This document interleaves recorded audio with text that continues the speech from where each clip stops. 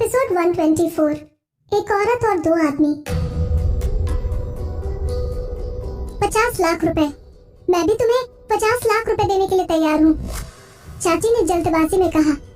अच्छा? विधि उनकी तरफ मजाक में देखने लगी। अभी अभी तुम्हारे पति ने तो कहा था कि तुम्हारी फैमिली के पास सिर्फ 50 लाख रुपए हैं।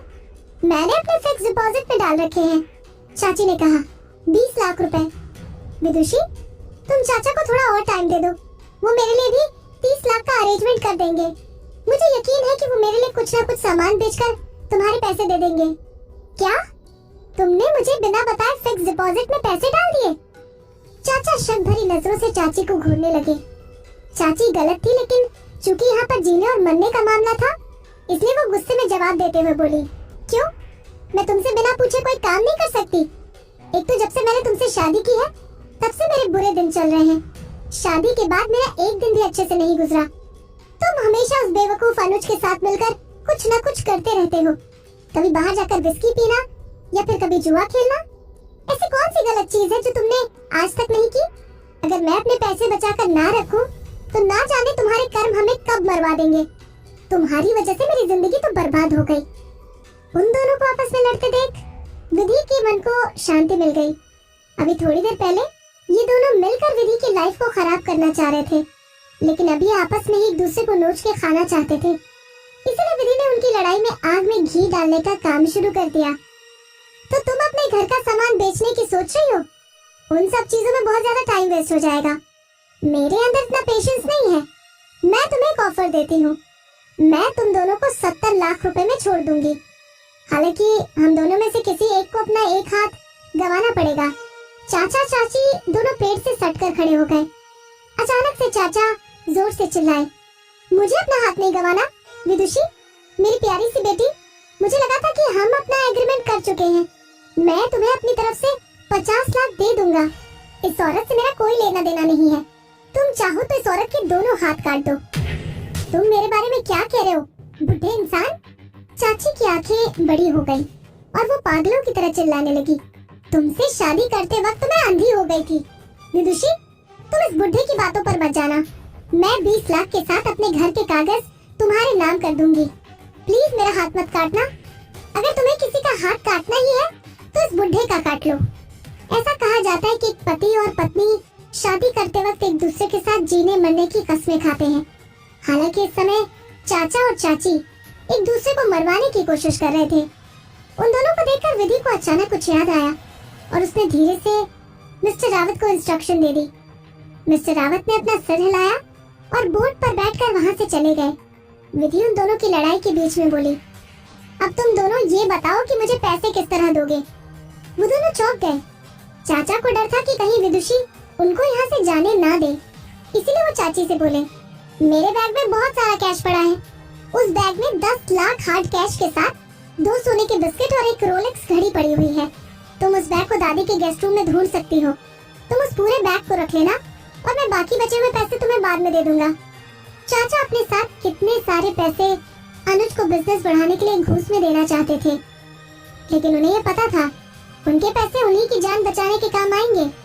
विधि उसकी बात से सेटिस्फाइड होकर मुस्कुराने लगी। अब तुम बताओ चाची जी, तुम मुझे किस तरह पैसे दोगी? तुम मेरी सोने की घड़ी, सोने का हार और सोने के कान के कुंडल रख सकती हो, चाची ने कहा। विधि चिढ़ गई। उसको चाची की सोने की चीजों में जरा भी दिलचस्पी नहीं थी। हालांकि चाचा का बैग गेस्ट रूम में उठाने के बाद विधि को चाची से पैसे लेने की जरूरत नहीं थी। वो चाचा के बैग से खुश थी। विधि अच्छी तरह जानती थी कि अगर एक बार चाचा चाची यहाँ से निकल गए तो वो उसको पैसे नहीं देने वाले। इसलिए विधि और पैसों के लालच में अपने ज्यादा एफर्ट्स नहीं लगाना चाहती थी। विदुषी, चाची ने ध्यान से पूछा, जिस तरह तुम बात कर रही हो उससे मुझे ऐसा लग रहा है कि तुम मेरा हाथ अब नहीं काटोगी। मैं तो पहले भी तुम्हारा हाथ नहीं काटने वाली थी, विधि ने कहा। क्या? चाची ने हैरान होकर पूछा। तुम दोनों को क्या लगता है कि मैं कोई खूनी हूँ? विधि ने उन दोनों का मजाक उड़ाया। तुम दोनों के अंदर जरा भी दिमाग नहीं है। अगर मैंने किसी का खून किया होता तो क्या मैं तुम दोनों को पैसे लेकर छोड़ देती? अगर मैंने सच में किसी का खून किया होता तो मैं तुम्हारे 50 करोड़ के ऑफर को भी रिजेक्ट कर देती। विधि की आखिरी बात बिल्कुल झूठी थी, लेकिन फिर भी उस बात से चाचा चाची के रोंगटे खड़े हो गए। चाची ने झुककर अपनी गर्दन सिकोड़ ली। अच्छा फिर अनुज गुप्ता कहाँ है? चाचा ने बड़े ध्यान से पूछा। जैसे ही चाचा ने अपना सवाल खत्म किया तभी उस जगह पर एक बोट आकर रुकी। मिस्टर रावत ने छोटी सी बोट में से एक आदमी को घसीटते हुए जमीन पर फेंक दिया। उस आदमी की आंखें बंद थी और उसके दांत कटकटा रहे थे। बेसिकली वो आदमी देखने से अधमरा लग रहा था। ये तो तुम्हारे मिस्टर अनुज गुप्ता हैं। विधि ने चाचा का सेंटेंस पूरा किया। दोनों पति पत्नी सरप्राइज हो गए। मिस्टर गुप्ता की ऐसी हालत कैसी हो गई? विदुषी, तुमने इनके साथ क्या किया है? वो दोनों पहले तो विदुषी से डर रहे थे क्योंकि उन्हें ऐसा लग रहा था कि विदुषी ने मिस्टर गुप्ता को मार दिया है।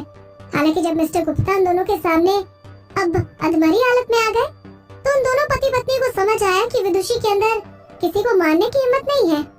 पूरी बात समझने के बाद उन दोनों का विदुषी से डरना कम हो गया। चाचा एकदम से आग बबूला होकर बोले, हमें पागल बनाने की तुम्हारे अंदर हिम्मत कैसे हुई? मैं तुम्हें छोड़ूंगा नहीं। तुम्हें पागल बनाने से मेरा बहुत फायदा हो गया है। विधि पैसों के बारे में सोचते हुए हंसी। थैंक यू, मुझे तुम दोनों की लड़ाई देखकर बहुत मजा आया और ऊपर से मुझे फ्री फंड के पैसे भी मिल गए। विधि ने जानबूझकर उन दोनों को भड़काया जिससे उन दोनों के बीच के रिश्तों में दरार आ जाए। इतना सब कुछ हो जाने के बाद वो दोनों फ्यूचर में किसी को फंसाने से पहले 10 बार सोचेंगे और अगर इस पूरे किस्से के बाद उन दोनों का डाइवोर्स नहीं हुआ तो विधि को एक मिरेकल देखने को मिलेगा। विधि थकी हुई मिस्टर रावत के पास गई और बोली, अनुज और इस बुढ़े के कपड़े उतार दो और वापस जाते समय तालाब में फेंक देना। मिस्टर रावत को जरा भी अंदाजा नहीं था कि विधि ऐसा क्यों करवा रही है, लेकिन उन्होंने विधि के ऑर्डर को पूरा किया। चाची किसी मुर्गी की तरह तड़पने लगी जिसको जबरदस्ती काटा जा रहा हो।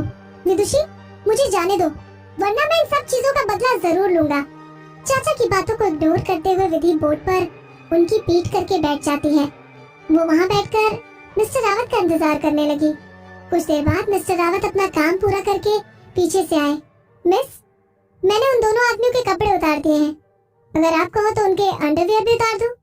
नहीं, अंडरवियर रहने दो। मिस्टर रावत ने अपना सर हिला दिया। मिस विदुषी इतनी बेरहम क्यों हो रही हैं? बेशक भाटिया फैमिली को निडर बहू चाहिए, लेकिन क्या ये सब कुछ ज्यादा नहीं हो गया? मिस्टर रावत ने अपने मन में कहा।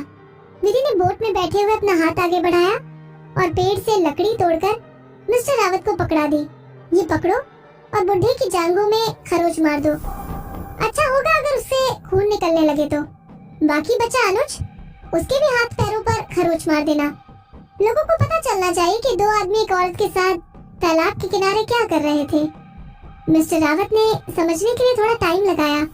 तो क्या मिस विदुषी इन तीनों को पूरे गांव के सामने बदनाम करना चाहती है? मोहित सर, आप भी किस लड़की के प्यार में गिर गए? मिस्टर रावत ने अपने आप से कहा। मिस्टर रावत का दिल डूबा जा रहा था, लेकिन विधि ने आगे बोलना बंद नहीं किया।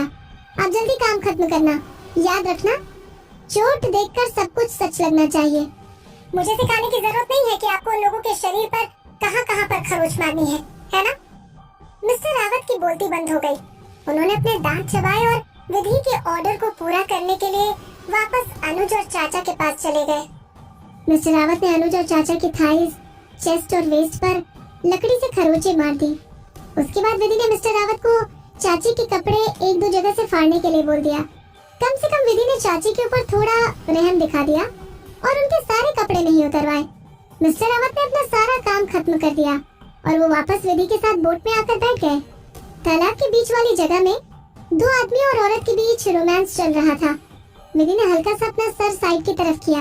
हाँ, इन्हीं बातों को लोगों के बीच में फैला देना। कुछ लोगों को तुम अपनी तरफ से यहाँ आने को बोल दो। जितने ज्यादा लोग होंगे उतना ज्यादा मजा आएगा। विधि सयानेपन के साथ मुस्कुराने लगी। क्या उन्होंने पहले विदुषी को फंसाने की कोशिश नहीं की थी? इसी बात को लेकर विधि ने चाचा, चाची और अनुज को फंसा दिया।